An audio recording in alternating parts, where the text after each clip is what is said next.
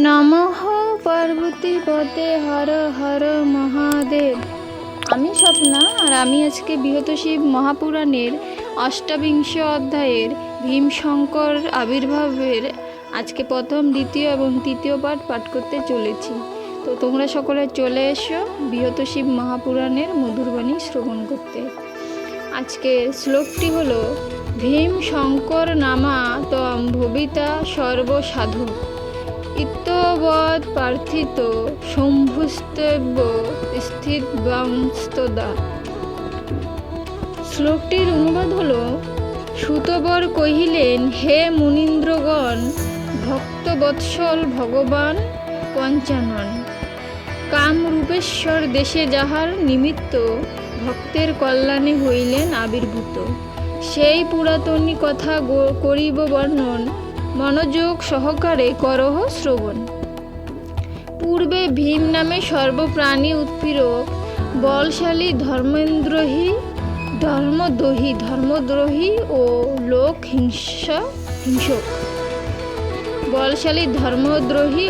হিংসক দুরাত্মা রাক্ষস কুম্ভকর্ণের নন্দন কর্কটির গর্ভে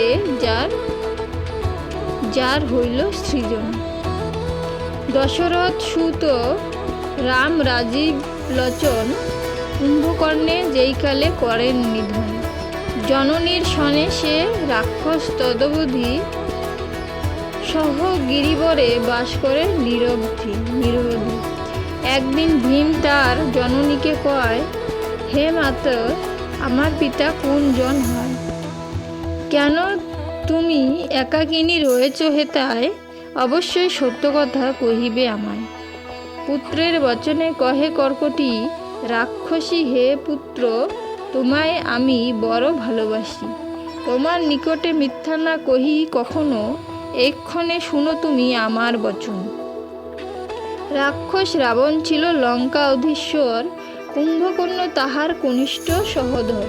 সেই কুম্ভকর্ণ আর রাজা দশানন শ্রীরামের বাণে রণে তেজিল জীবন। আমি কখনো লঙ্কা না দেখি নয়নে, কুম্ভকর্ণ একবার আসিল এখানে। কর্কট আমার পিতা, পুষ্কসী যে মাতা, বিরাট নামেতে রক্ষ ছিল মম ভর্তা। তাহাকেও রামচন্দ্র করেন নিধন, তবে আমি পিতৃগৃহে করিনু গমন।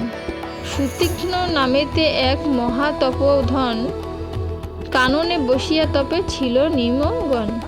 একদা আমার পিতামাতা অকস্মাৎ ভক্ষণ করিতে তারে হইল উদ্যত, তবে ক্রোধানলে সেই মহাতপোধন তাহাদের ভস্মসাৎ করেন তখন।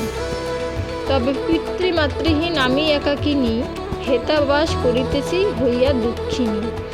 একদিন কুম্ভকর্ণ হেতায় আসিয়া আমাকে সম্ভোগ করি গেল সে চলিয়া। অতঃপর মহাবলশালী পরাক্রম আমার গর্ভেতে তুমি লভিলে জনম। তোমাকে পাইয়া আমি সুখেতে এখন এই গিরিবরে কাল করেছি যাপন। ভীম পরাক্রম ভীম মাতার বচনে অতিশয় কুপিত হইয়া সেইক্ষণে মনে মনে চিন্তা করে, হরি দুরাচার দুর্ধর্ষ পিতারে মোর করিল সংহার।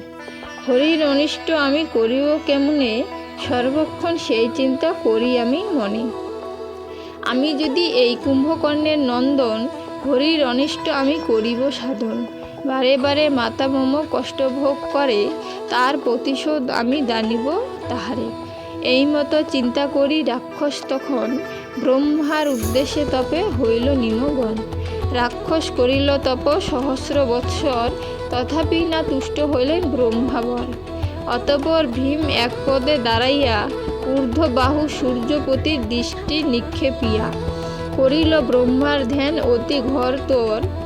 অতিক্রান্ত হইল তাতে কয়েক বৎসর, তাহার মস্তক হতে অতীব ভীষণ এক তেজ বহির্গত হইয়া তখন, সেই তেজ ঊর্ধ্বদিকে করিল গমন, তাতে দগ্ধ হইলেন যত দেবগণ।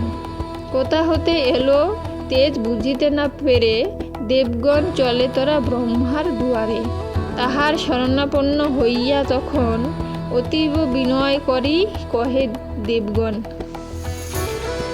হে ব্রহ্মা, এত তেজ এলো কোথা হতে?